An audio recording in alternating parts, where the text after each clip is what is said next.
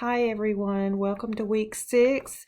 I just want to thank you for your hard work. I know that this has been a lot of information crammed into a short period of time, but I just want to encourage you to continue the great work and keep working hard. We are almost done.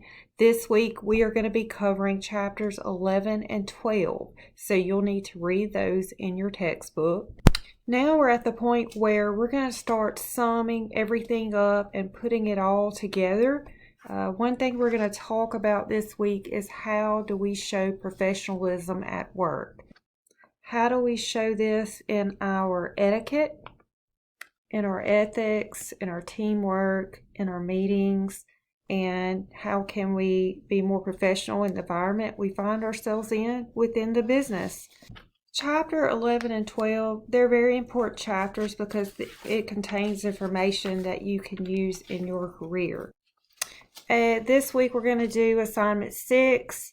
This assignment is going to give you pieces of information and you have to decide if it's primary or secondary source and what the likely source of the information would be.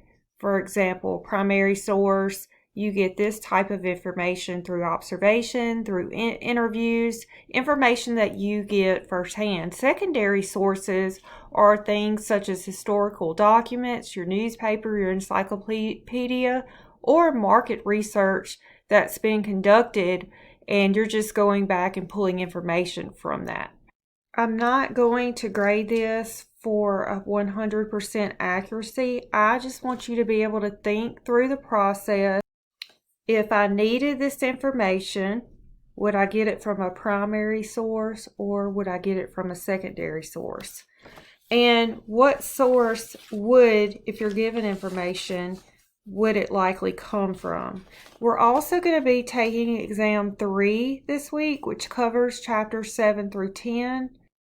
I want to encourage you to keep up the good work and get ready to bring all of this together over the next few weeks. I hope that this information in this course has been helpful to you. Take your time with assignment 6. Think through the process of the data sources and continue to prepare for exam 3. Let me know if you have any questions, and I hope that you have a great week.